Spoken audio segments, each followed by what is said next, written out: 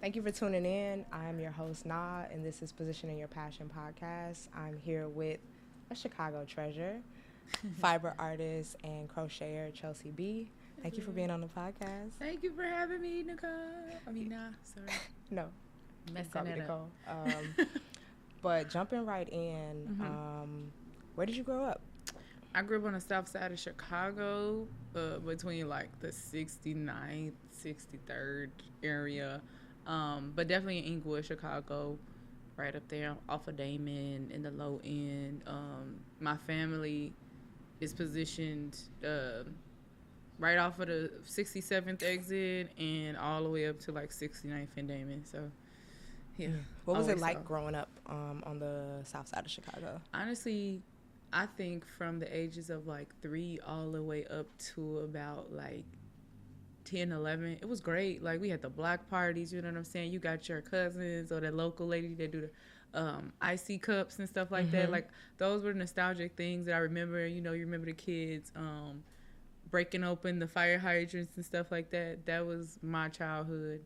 But I think after that was a little like that's when the violence and stuff started to become a little bit more prevalent. But I think, yeah, from those ages of like 3 all the way to like 11, Just 12. Bliss, like it was bliss. Yeah. It was great. It was like, well, you know, we played outside with our friends. You know what I'm saying? You just got into stuff in the neighborhood, the tag, you know, racing the guys on the sidewalk. Yeah, I had a good time. What high school did you go to? I actually went to, I'm from the South Side, but I went to Chicago Bulls College Prep. It was a Noble Street campus on the west side of Chicago, right around the corner from the United Center. And you say racing, you like participated in sports and track. Yes, girl. Talk about it? I was good. I'm not going to lie. So I was raised with a lot of boys. I'm like one of 3 girl cousins around my age group in my family. So like 9 times out of 10, we was always with the boys. And so I was always racing my brothers. And I didn't think I had, like my brothers, they were seen as like the ones who was going to be great at sports. I didn't think I had a niche for it until I actually like got on the track. Yeah, so to sum it up, by the end of my quote-unquote track career, I was first in the city of Chicago, 14th in the state of Illinois. I ran like all of the races up until like the 800. Past the 800, I wasn't really rocking with it. I only did cross country for the fun of it, but yeah, no, track was my thing. You know what I'm saying? I would get out there with the best of them, race the boys all the time. I always felt like I was flying. Track outside of art was like my safe haven. Nice. And then you're a twin. Yes. Can you talk about what it was like growing up as a twin and like shout out twin? Shout out to my twin. So growing up with a twin, it's like you're born in a world with a best friend. I mean, that's as simple as I can put it. But like, yeah, we that twin telepathy thing, that's real. You know, and I think me and my twin is like night and day. For the most of our life, my twin was more so outgoing. I was a little bit more of an introvert growing up. So he was like that one to make a million friends, to get into so many things, and I was the quiet one. We still have a great relationship to this day. But yeah, and then he's always like modeling. Oh yeah, he's always modeling. You know what I'm saying? I always had an in-house model. So when I first kind of started in my crochet designer life, my brother was the first in-house male model. And so yeah, you know, if you're gonna be with it, get on in there and put a coat or something on. Exactly. He looks like fire too. What was the first thing you remember doing creatively as a kid and falling in love with? Drawing. Yeah. First creative thing was drawing. I had so many sketchbooks. I did it right on walls. Shout out to that. My little brother took over that portion of getting in trouble. But no, just drawings. I always drew like these little characters. I'm not sure if it was flowers at the time, but no, just drawing. Fashion sketches. Like I used to do a lot of fashion sketches in like the wide ruled notebooks and things like that in school. And I was one of the little quiet kids in class. Just sketching. Like anytime somebody wanted a drawing, I was that kid. Okay, I got you. I was the artsy What's up for you? Okay. Yeah. How did you get into crocheting? So the way in which I got into crocheting was my homeroom teacher in high school, Ms. Mxxd. Okay. She was trying to teach all of our, like, my whole little homeroom class how to crochet, but I just so happened to fall in love with it, and it gave How old were me. you? I think I was about 16, 15 or 16. And it just became a pastime after track practice, just crocheting on the bus. And yeah, she used to just give me more yarn, all the hooks, just for fun, because she knew I loved it, and that's how I really got started. Mm-hmm. Nice. What advice would you give to an artist that, or a person who's looking to start crocheting? Like, what should they know? Or, yeah. Number one, give yourself grace. Like, you're not gonna get everything the first try. I mean, and if you do, shout out to you. Thank Jesus. But no, give yourself grace. Number two, YouTube University. Like Right. all of the basic like stitches and like basic hats and things I learned just going on YouTube. Utilize your free time. I think crocheting is a thing that you can literally pick up and do anywhere.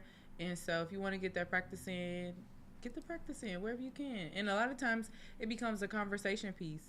I think crocheting became a way for me to network because people were so intrigued by what I was doing. So yeah, but definitely number one, give yourself grace. Don't be afraid to start over. Don't be afraid to learn. In YouTube University, it will help you out a lot. That's good advice. Yeah. You don't just crochet though. No. Can you talk about some of your other artistic practices? So some of my other artistic practices is sewing. Okay, I feel like nobody knows that for real. But people who knew Chelsea B like 5 years ago, they knew that I sewed a lot. But definitely sewing. I paint a lot. I do murals in my house. I paint on canvas. So you went to an art school. Can you talk a little bit about what went into that decision? Right. So my thought process when I decided to just go to art school was, I think I was just in a rebellious area. Yeah, I was just in a rebellious era. Like, you know, a lot of times it's great to have a twin, but a lot of times it's not when you're living in your twin's shadow.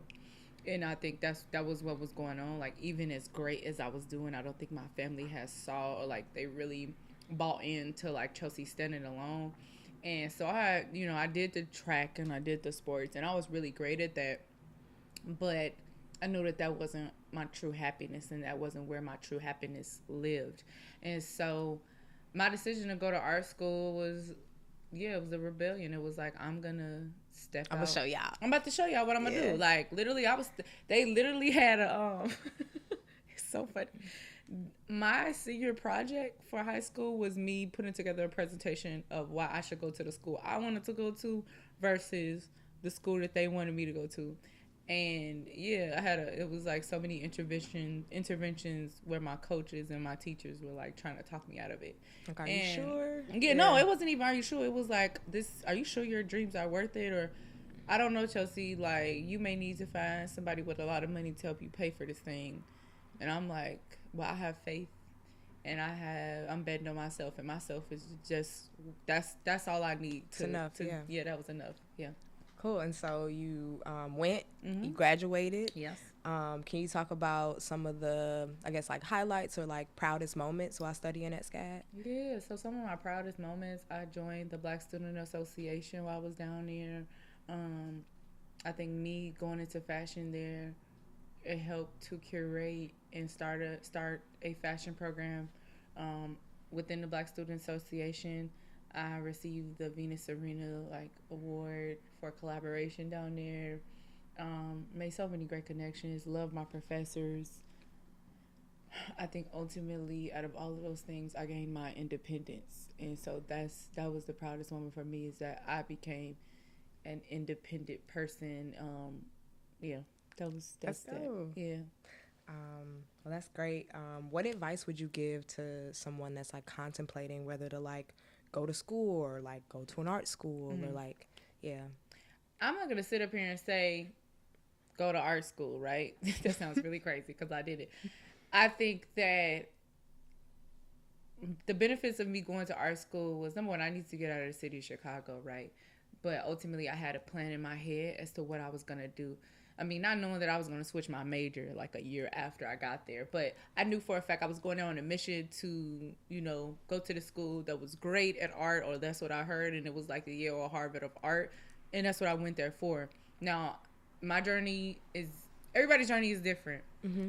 So just make sure that you're going there on a mission, because that stuff is expensive. Okay, it's very expensive. But no, I just have a plan and have a purpose as to why you're there. Because when the bills are coming in and people are still telling you no, you need to make sure that you're rooted in like why you're there. So I mean, you don't have to go to school if you don't want to, but I think that I needed to. So make sure that it's a need and that you are true to the purpose.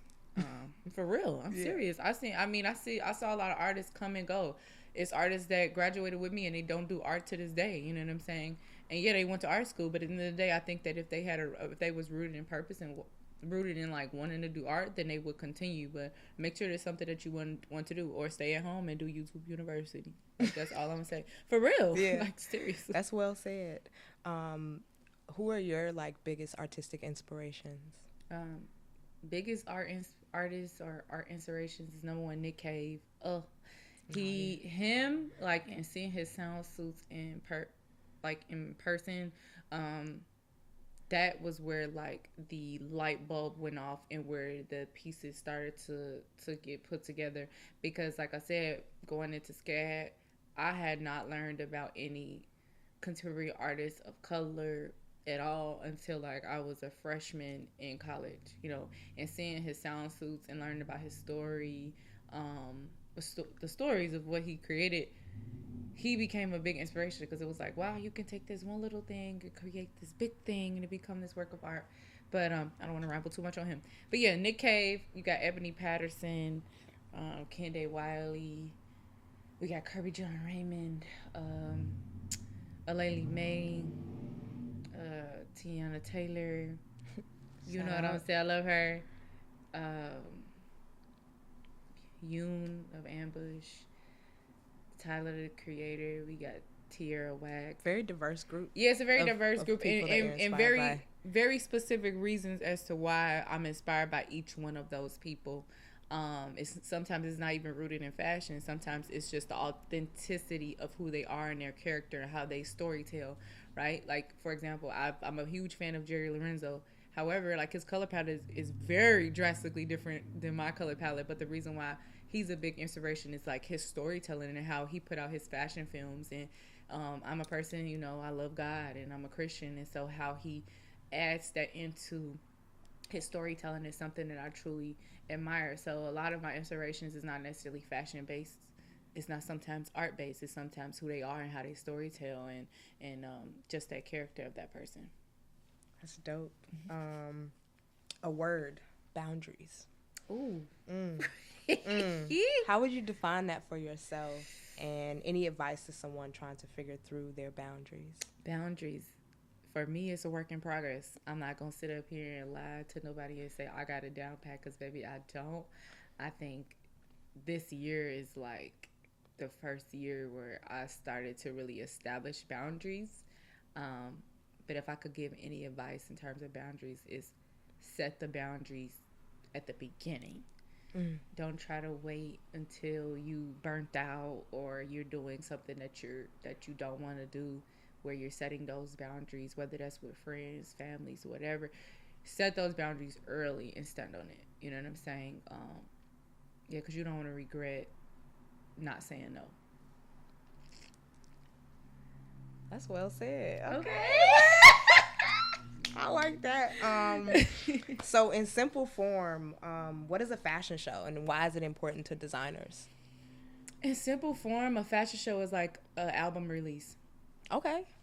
I'm a lover of rap and stuff like, I'm a lover of rappers and music and lyricists. You know what I'm saying? And a lot of times, how I've put out work is similar to how a rapper does it. But yeah, a fashion show is that album release. You sit with those pieces, you sit with that body of work for months and months and months. You prep it, you figure out how to market it, down to the last moment, down to the 9th hour. And a fashion show is like that listening party. It's like, check out what I've done. It's like, check out what I've done. It's like, look at my body of work. Look at how I storytell. Look at like the journey that I got to get to this point. Look at, you know what I'm saying? look at the symbols, look at the textures, you know what I'm saying? Look at the team and stuff that I built to bring this together. But that's what it really is. And I think it's very important because it's, like I said, it's if you're doing it right, if you're doing a fashion show right, and you're really curating a collection a good way, then it's a great way to storytell, and it's a great way to inspire, but also it's a testament to you as an artist getting over this mountain. Because I'm going to tell you, putting together a production, a fashion show at that, is hard. Like, I felt as though... You've put on, like, a couple, yes, like, fashion shows. Yeah. Can you talk about, like, maybe, like, what were some of, like, the challenges and rewards? For me, I'm an ambivert. So I'm a little bit of an introvert and an extrovert. And so I get very overstimulated. I have slight social anxiety. So, like, when it's a bunch of people talking to me at one time, or, like, coming to me for a lot of things, it like, stresses me out. And I think that was one of the challenges, like, realizing that I'm the boss and I have to lead people. And so I can't just hide into my little cave and stitch and crochet and the world is going to cease and the storms are going to go. No, the storms are still going to be there and the work is still going to need to be done. And you're still going to have to answer the questions and lead people regardless of if you feel great that day or not. And so that was one of the challenges that, like, I faced, you know what I'm saying? Whereas, like, I had to step up to the plate. I said I wanted to be a boss of a brand, and you know, I gotta do it. Right, I had to do it. That was really what it is. And I think the highlight came when I was able to, like, see everyone's face and be surrounded by love on that day. Sure, it was hard as hell. Sorry, I don't know if I cuss, but it was hard. Sure. It was hard as hell getting to that finish line. But, like, that moment when the finale model came out, and then I was able to walk out with my finale model. Shout out to Rich Looks. And being able to see everybody in the room, just, it's not even about the applause. It was the, man, Chelsea, you inspired me to do my own show. Or, man, Chelsea, I wasn't expecting that, but, like, I really saw your vision. And that was the reward. That was the reward. Nice. What advice would you give to a designer who's thinking about putting on their first show? Like, what are maybe some things that you wish you would have known, or just best practices? I think best practice is think about budget. For sure. Budget. How much it costs? For real. Really think about budget at the top. For real. Because, yeah, I ain't even get into too much. Think about budget. Think about yep. Like, really sit down and calculate the numbers. Really talk to your friends who are photographers and media people, whether they're going to charge you or not. Really sit down and like, figure out what the numbers look like so that you're prepared.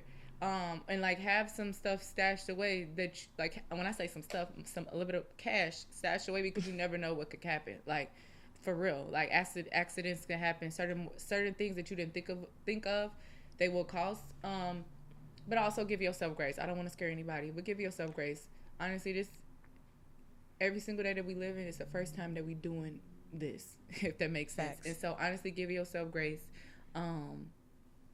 Get out your feelings. Get out your feelings. For real, get out your feelings, because we all know this is hard.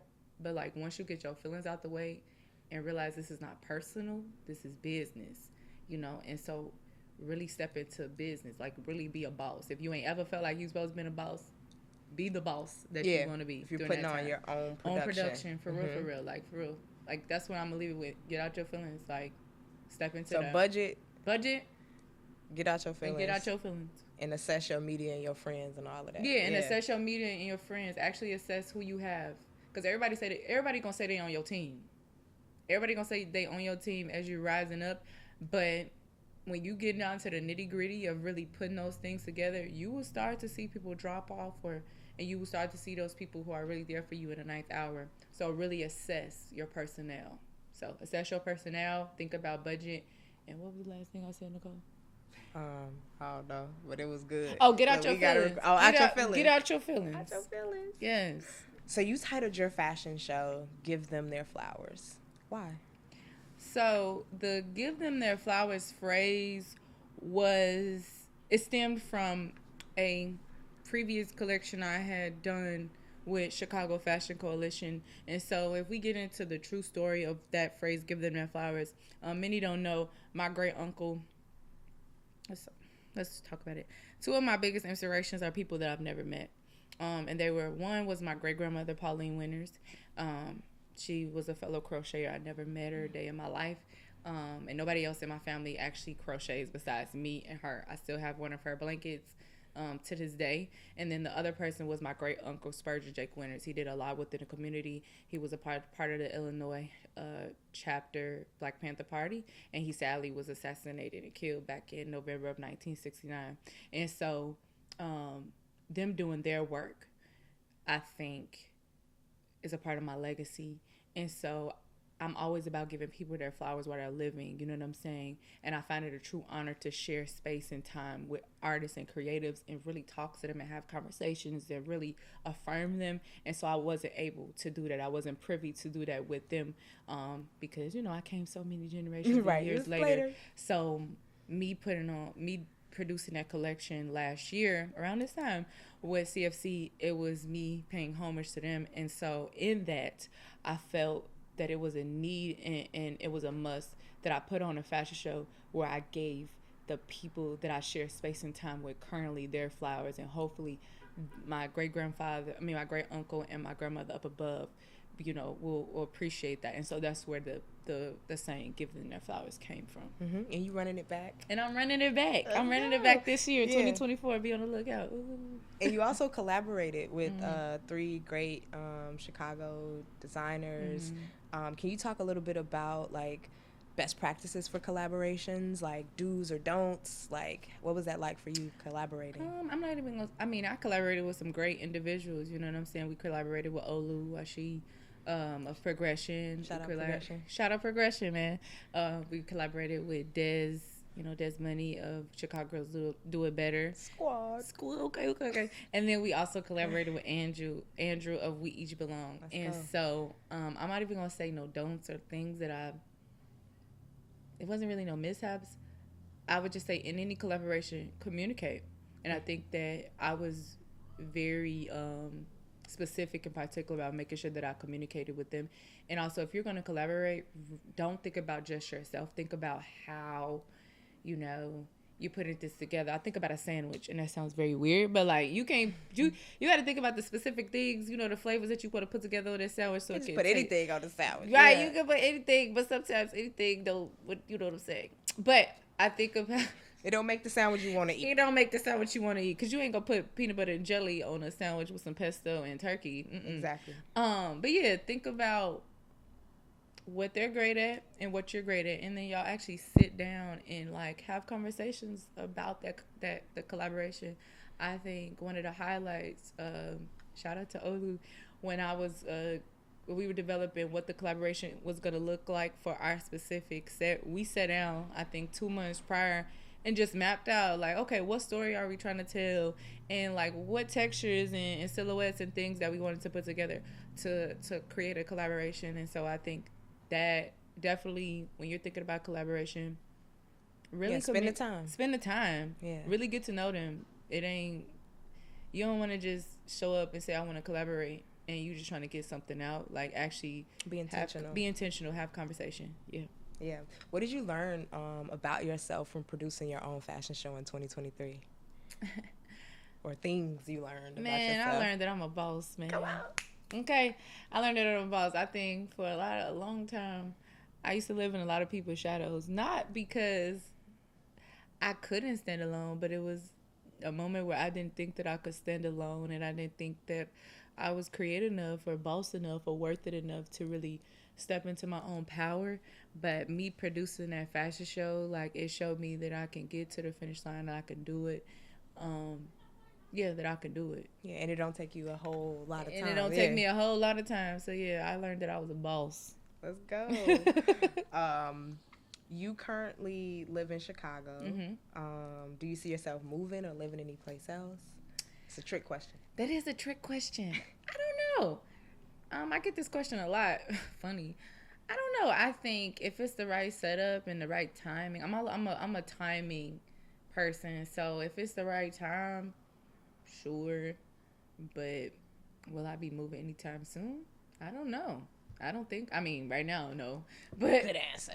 But right now, no. You know, I love my city down. A lot of times, what I first graduated from Mxxd, everybody was like, why you going back to Chicago? Why you don't want to go to LA, New York? I don't know. I'm all about a feeling in time, and I felt like it was a time for me to come back and rediscover myself in my city, but also contribute to the creative culture here. So yeah, I mean, if I were to move, and if it was the right timing and the right setup, sure. Maybe. Who knows? Yeah. Maybe. We'll I don't know. We'll see. But for right now, I'm a Chicago rider. 10 toes down. 10 toes down, man. Let's go. Yeah. I just discovered most recently you had a YouTube page. We ain't gonna talk about it right now, but I was like, but your platform over the last several months has seen a significant boost. Mm-hmm. How are you dealing with that?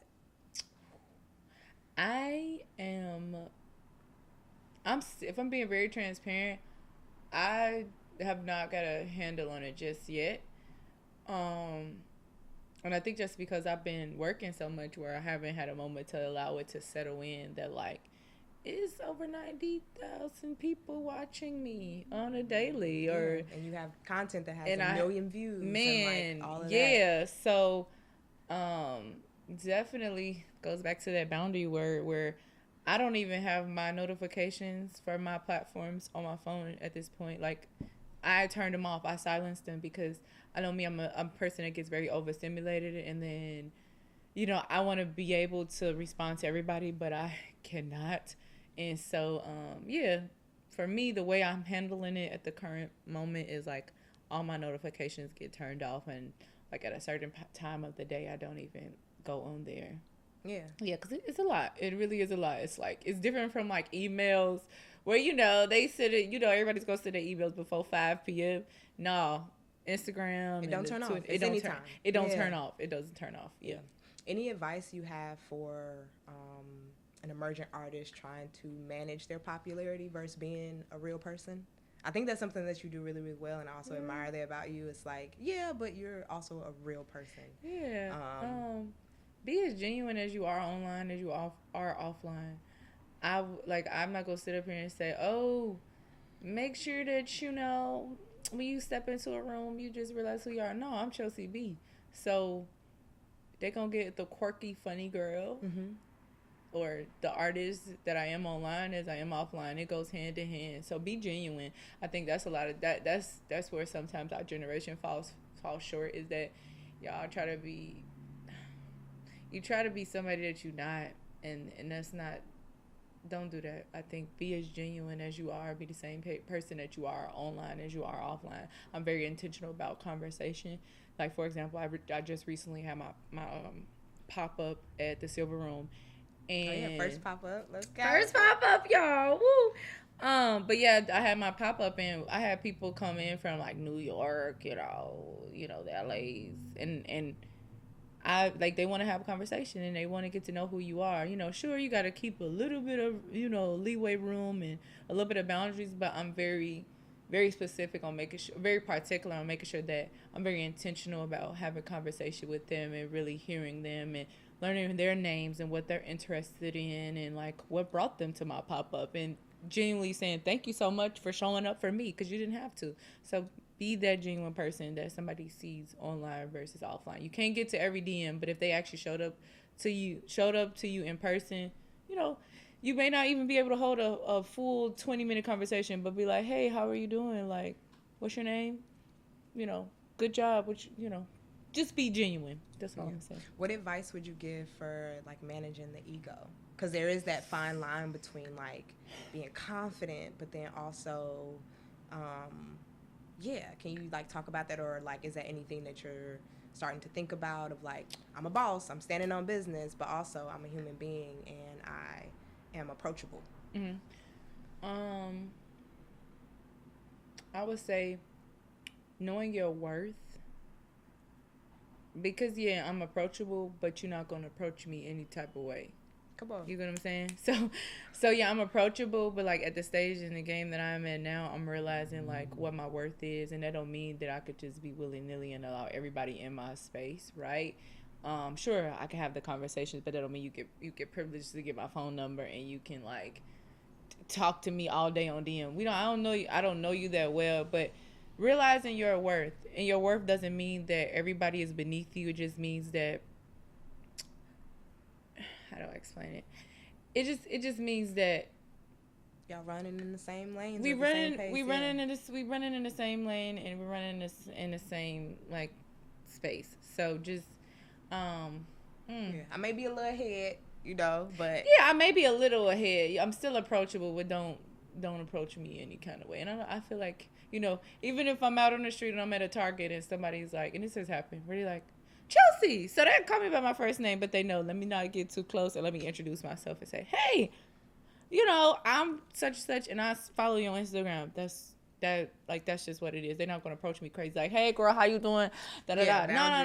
It's most of like, man, I recognize who you are, and I really admire you, and I just wanna give you your props. Yeah. Are those fan moments still like a shocker to you? Yes. Okay. Because I think I'm Chelsea in my room, and don't nobody know me for real, and it just started step outside. Girl, it just started to click with like people actually know who I am. And it's a funny story. I was in I think Nike. I was in a Nike store downtown on Michigan Avenue. I was just going there to buy some shoes, and one of the workers there, he kept looking at me. So I'm like, what the heck is this? What the heck is this man looking at me for? He's like, he has his phone out, and he's like, I'm sorry for looking at you, but you look like this girl who like crochets and do some stuff with yarn. And so me, I'm just going along with it like, well, what she look like? I'm like, what she look like you? What she look like? Like, do she, you know what I'm saying? Just asking questions. And he's like, no, this is you. I'm like, yeah, this me. What's up, dog? You know what I'm saying? Right. So yeah, this is very new for me. It's still new for me. I feel like it's gonna take me a little minute to still get used to the fact that people know like who I am, and they probably have never met me in person. I'm still trying to navigate it. It's I think crazy. you do a good job. I do. I try. Yeah. What is something that you do creatively that no one knows? I cook. Is that crazy? Okay, you be in the Yes, I actually love to cook. What's your favorite dish that you make? Spaghetti. Let's go. Yes. What you put in there? Girl, see, you trying to ask my secrets. Okay, I ain't gonna don't give me the recipe. No. But I love roasted garlic, fresh garlic. I love to make the sauce and stuff from scratch. You be from scratch? Girl, yeah, because let me tell you something. Little Chelsea, I didn't watch cartoons for real. I watched like Home Improvement and like cooking shows. Like Bobby Flay was probably like my Hannah Montana, for real. I love that stuff. I could sit and watch it all day. My mom thought I was weird, but like as I got older, she realized that was something that complimented like who I am now. But yeah, I love to cook. I'm not a huge baker. The last time I really tried to bake something from scratch, I think I made like sugar rocks. It was so bad. Like, for real, I thought I was doing it, but I could definitely cook. I love throwing down in the kitchen. You know what I'm saying? I love playing around with flavors. Cooking with Chelsea. Okay, I really do. I love cooking. Seriously, I really genuinely love being. You also love streetwear. Yes. Can you tell us, or do you remember like the first pair of like shoes or like just graphic tee that you got that like introduced you into streetwear? Like, what was it? How old were you? And like, why were you so excited for it? I had to be like 13 or 14. And it was these Converse, girl. They was like high top, but they was above the high top, okay? And they were like a shimmery black material with like fuchsia accent, and they had pockets. They had pockets on the sides of the ankles. And I think I kept those shoes all the way up till I was like a freshman, sophomore year in high school. But it was also like I was around that time when Whip My Hair came out. You know, I whipped my hair, girl. Yeah. Okay, and so at that time DC was a thing. Because I was transitioning between my mom and my dad's household. My dad lived in Michigan, and so all the kids out there, they loved the DC stuff. Skate shoes. The New Boys was out, and the Jerk and everything was going on. Yes, you a jerk. So like that was that time when I was like, ooh, I think the skinny jeans, right? With the paint splatter and stuff.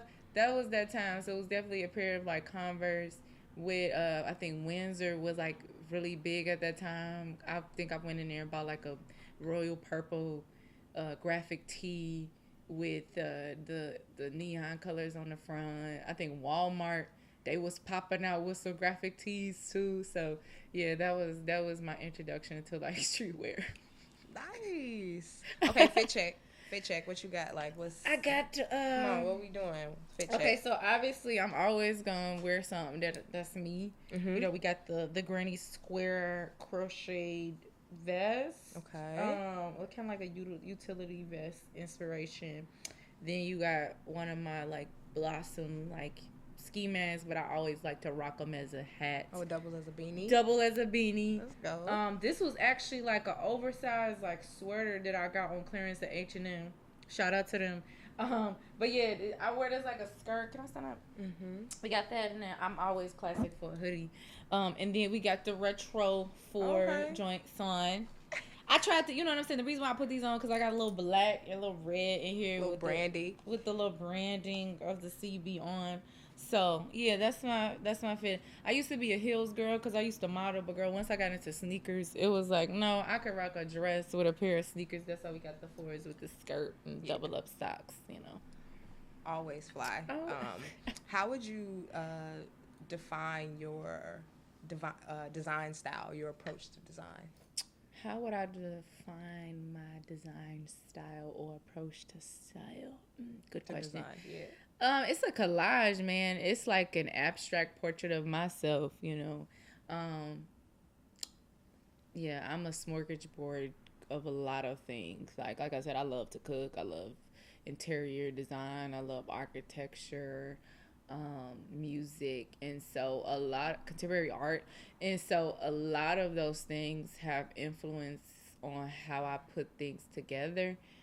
And so, yeah, if I could put it in a simple form, it's a collage. Like, if you walked into my office right now, you would see, like, a collage of photos and magazines and pictures of food and my travel and Polaroids and all of that. But, yeah, it's definitely just like a collage. That's what I feel like this is a collage in itself right now with textures, colors, you know, sneakers, girly vibes. I don't know. Yeah, you make, like, even like just being at the pop-up, seeing like the diversity of just all the pieces that you put together. Like you make these like really big, like glamorous, luxurious pieces, but then you also make simple accessories. Can you talk about like what keeps it fun for you? How are you able to create things that are so diverse? It's shape. Okay. And it's discovery for me.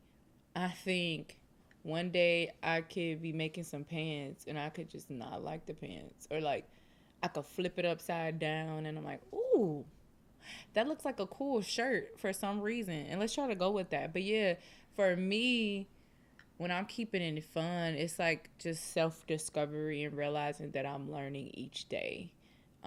I think that I'll forever be a student within this industry, but in this world and in life. And so that is how I keep it fun. You know, I don't think I'm a lot, even though some people call me the GOAT sometimes. I don't think that I'm fully the GOAT. I think that I just continue to learn and then I continue to apply and innovate in my own way. I'm not trying to be like anybody else. I'm just trying to figure out how my brain works and then how I can put together these visions and imageries and stuff together. But that's how I keep it fun. You know, listen to music. I watch a lot of documentaries. I don't know why, but I love documentaries. I love listening to podcasts. I love listening to music. I love reading. And so a lot of those things, they come together and help me keep it fun so that I'm not just having my head down all the time looking at the yarn, you know. Right. Yeah. Looking at yarn. Looking at yarn, you know. That's great. A few more questions or a couple more questions. Okay. You have a manager now. Yeah.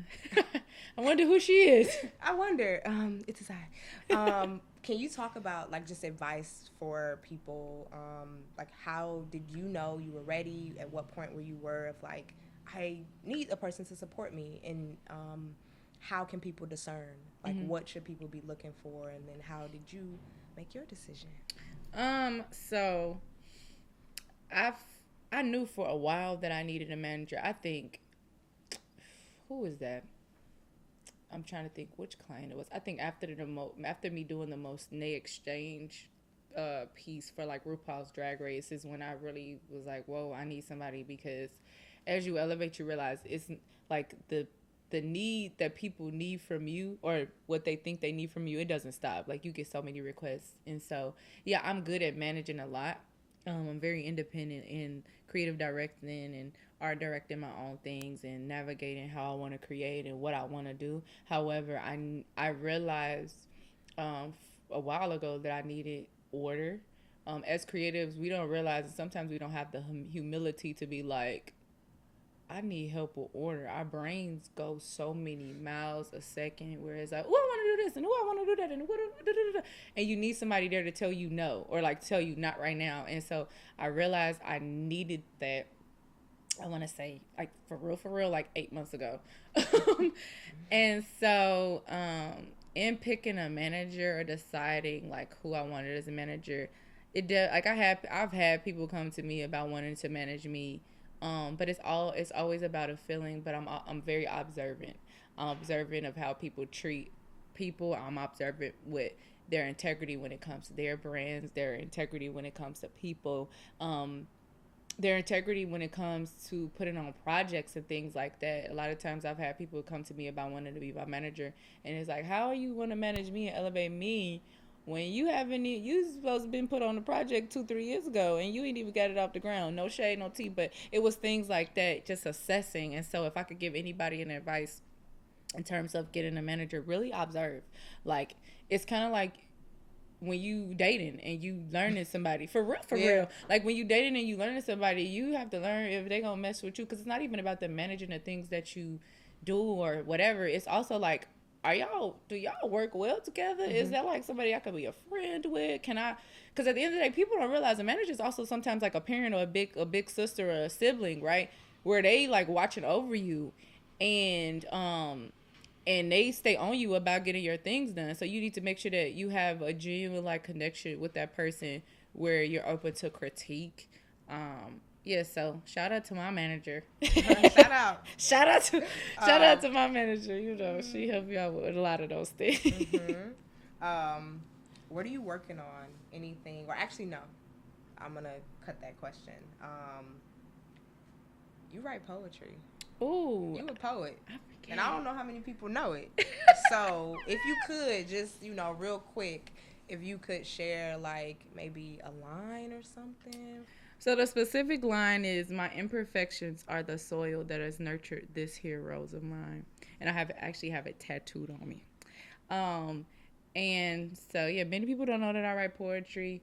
But what's crazy is the way that I began or came to do poetry is because I always journaled as a kid. That's something that people probably don't know either, is I journal a lot. I have so many notebooks and journals in my library over the years. And so, yeah, that specific line is one of my favorites, because at that time when I was writing it, it was in a moment of self-discovery and realizing like my self-worth, and me coming into that woman, right? People don't talk about, or like, I feel like sometimes we don't necessarily talk about like that transition from like high school from girl to woman. From girl to woman, man. And it's hard. Like, you learning mm-hmm. a day, you learning about your body, you learning about the changes, disappointments, mm-hmm. emotions. It's a lot. And so that time I was going through a really, really dark just time. I think I went through like a breakup, and yeah, I wrote it just out of some pain. And I think I was just in the shower and the word started to come to me, and I was like, let me just start writing this out, and